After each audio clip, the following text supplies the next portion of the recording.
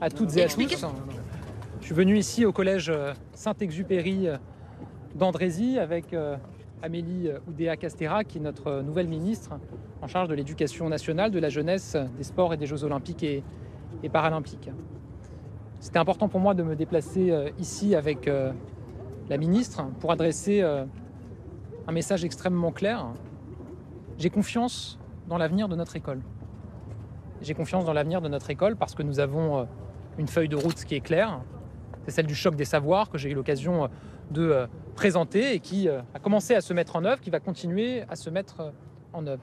Et j'ai confiance parce que nous avons désormais à la tête de notre école une ministre qui est combattante et compétente, avec qui j'ai eu l'occasion de travailler beaucoup ces derniers mois sur la question de la place du sport à l'école et dont j'ai pu voir à quel point elle était attachée à la réussite de nos élèves. Et le message que je veux passer, c'est que l'école sera une priorité absolue du gouvernement que j'ai eu l'occasion de proposer au président de la République et qui a été nommé. Et je sais d'expérience que pour ce qui concerne l'école, comme dans beaucoup d'autres domaines, ce qui compte, ce ne sont pas que les mots, ce sont les actes. Et donc on va continuer à agir sans relâche pour l'école de la République, pour nos élèves, pour nos enseignants, pour les personnels de direction, pour les CPE, pour les psy-EN, pour les AESH, pour toutes celles et tous ceux qui concourent à ce qu'on appelle la communauté éducative. Avec un objectif absolu, élever le niveau général à l'école, élever le niveau de nos élèves. Je rappelais à l'instant la feuille de route sur le choc des savoirs, très ambitieuse, avec un certain nombre de mesures qui, je le sais, font débat, mais qui vont se mettre en œuvre. Il y a également d'autres chantiers qui ont été ouverts. Vous le savez, j'avais ouvert une concertation au moment de ma nomination avec les organisations syndicales représentatives des enseignants sur la question de l'attractivité du métier. Au fond, l'objectif, c'est quoi? C'est de mieux recruter, mieux former et mieux valoriser nos enseignants. J'ai demandé à la ministre de poursuivre cette concertation avec les organisations syndicales. Je souhaite qu'elle puisse aboutir d'ici un mois pour qu'on puisse présenter des mesures fortes concourant à cet objectif parce que évidemment c'est un enjeu clé et un enjeu majeur pour notre école. On poursuivra également dans la lutte implacable contre le harcèlement scolaire. Vous savez que c'est une grande cause pour moi et je serai évidemment très attaché avec Amélie Oudéa-Castéra à poursuivre également sur ce chantier-là. Voilà ce que je voulais dire à titre liminaire. Et c'est vraiment... Un petit mot quand même pour la ministre. Je suis très heureuse que ce premier déplacement ait pu être à tes côtés, Gabriel. Je voudrais vraiment te remercier à nouveau, ainsi que le président de la République, pour votre confiance. J'ai pu dire aux enfants, là, que je voyais pour la première fois dans mes nouvelles responsabilités, la fierté qui est la mienne d'être à la tête de cette magnifique institution de l'éducation nationale et d'avoir ce portefeuille de la jeunesse en complément du sport et des Jeux olympiques. On a vu de très belles choses dans ce petit temps passé dans ce collège Saint-Exupéry.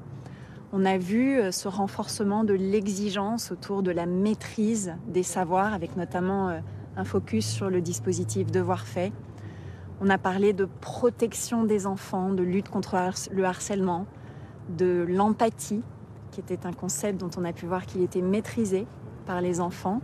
Et puis on a aussi évoqué les différentes dimensions, les différents vecteurs de cette école de l'épanouissement républicain que nous appelons de nos voeux, avec notamment une place importante du sport ici dans la vie des élèves et des aspirations qu'on a entendues, qu'on a écoutées pour encore plus d'activités physiques, sportives au cœur de leur vie. Madame la ministre, s'il vous plaît, vous héritez d'un très grand ministère, éducation, sport et géo, vous l'avez dit. Gabriel Attal vous laisse beaucoup de dossiers. Est-ce que vous n'avez pas peur de manquer de temps, finalement, le risque de s'éparpiller? La première chose, vous savez, et j'ai pu encore le voir dans ce moment qu'on vient de partager, c'est la chance qui est la mienne de pouvoir m'inscrire dans une feuille de route qui est incroyablement claire et structurée, qui suit le cap fixé par le président de la République depuis 2017, mais avec des actions, des jalons, des indicateurs, des objectifs précis. Et ça, moi qui fonctionne comme ça, j'ai dû le construire très largement sur le champ du sport ces derniers mois. J'arrive, ça c'est fait. Je vais gagner un temps fou. Je voudrais aussi souligner les synergies qui existent entre l'éducation nationale et le sport, ces ponts, ces passerelles qu'on crée entre les Jeux olympiques et paralympiques et cette jeunesse. On veut les y associer, on veut les embarquer.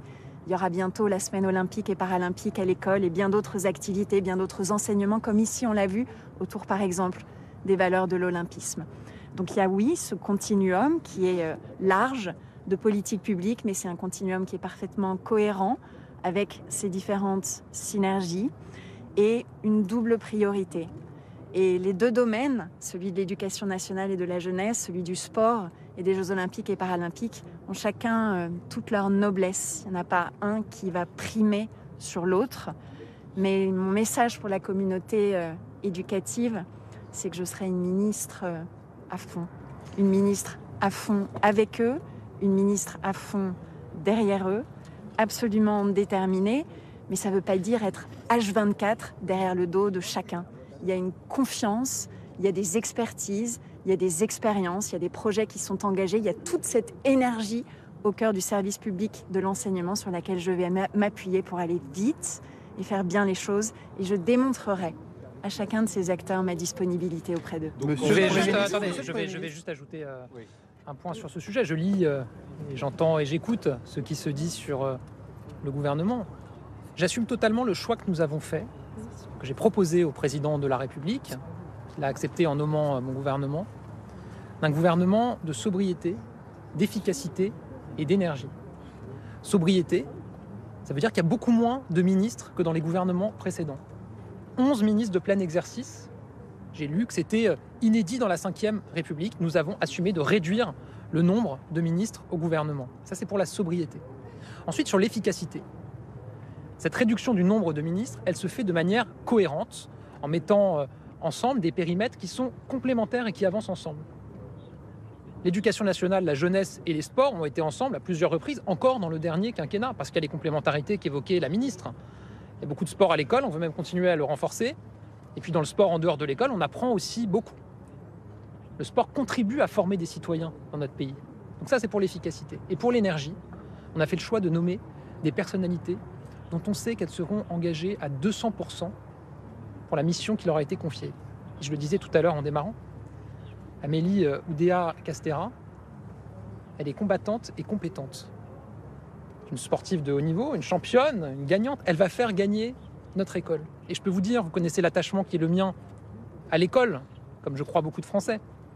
Vous connaissez par ailleurs l'attachement, et vous imaginez l'attachement qui est le mien, à ce que les dossiers que j'ai ouverts, les chantiers que j'ai ouverts, les décisions que j'ai prises, puissent être appliquées au service de l'élévation du niveau de nos élèves. Et donc si j'ai choisi de proposer au président de la République, Amélie Oudéa-Castéra, pour porter ce chantier, c'est parce que j'avais la conviction absolue que c'était la meilleure personne à cet endroit, à ce moment, pour le faire. Donc est-ce que vous comprenez qu'en année olympique, il n'y aura pas une ministre de l'Éducation nationale? Je viens de répondre. Madame la ministre, une question pour le Mediapart, s'il vous plaît. Sur la scolarisation de vos enfants au lycée Stanislas qu'on a appris aujourd'hui, c'est un lycée qui condamne l'homophobie, qui condamne l'avortement dans ses enseignements, qui prône la non-mixité. Est-ce que, dans votre vision de l'enseignement, ça révèle quelque chose? Non, là, vous êtes totalement dans le procès d'intention. Alors, moi, je vais vous dire, je ne vais pas esquiver votre question. La première chose que j'ai envie de relever, c'est que d'abord, si on commence dès le premier jour comme ça sur des attaques personnelles, c'est aussi peut-être parce que ce matin, ce que j'ai pu exprimer était assez inattaquable sur le fond. Alors très bien, on va aller sur le champ du personnel. Eh bien, allons-y. Moi, je vais vous dire pourquoi nous avons scolarisé nos enfants à l'école Stanislas. Je vais vous raconter brièvement cette histoire. Celle de notre aîné, Vincent.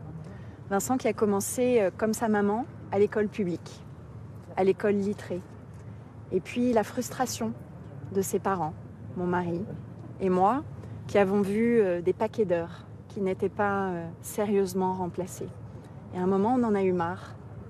Comme des centaines de milliers de familles qui, à un moment, ont fait un choix, d'aller chercher une solution différente. On habitait rue Stanislas.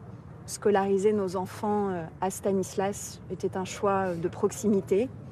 Et depuis, de manière continue, nous nous assurons que nos enfants sont non seulement bien formés, avec de l'exigence dans la maîtrise des savoirs fondamentaux, et qui sont heureux, qui sont épanouis, qui ont des amis, qui sont bien, qui se sentent en sécurité, en confiance.